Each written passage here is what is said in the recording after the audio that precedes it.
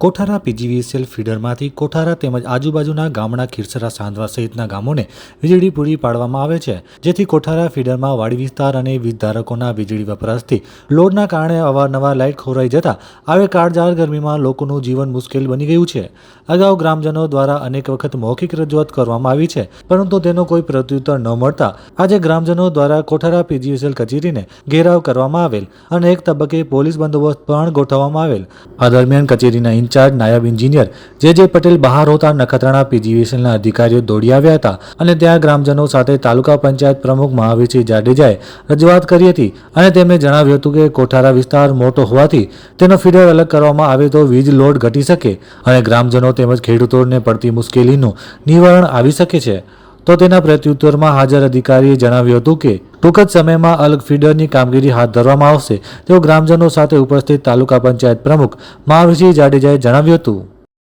આજે જ્યારે કોઠારા મધ્યે કોઠારા ગામનું ફીડર અલગ કરવાની વાત હતી અને આ બધા જ ગામ લોકોએ જ્યારે સબસ્ટેશનનો ઘેરાવ કર્યો ત્યારે અમને જાણ થતાં જ અમે ગામ લોકો અને પીજીવીસીએલના અધિકારીઓ સાથે પોઝિટિવ રહીને બેને રસ્તો કાઢી અને એમનો ધારાસભ્યશ્રીએ પણ ફોન ઉપર ખાતરી આપી છે કે તમારો જે પણ પ્રશ્ન હશે એની ઉપર રજૂઆત થશે અને એને પ્રશ્નનો સોલ્વ થશે। તો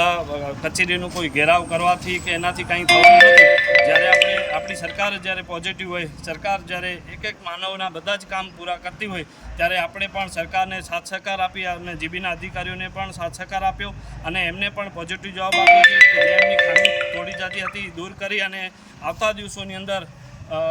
પુરવઠો પૂરો મળશે ગામને એવી ખાતરી આપી છે।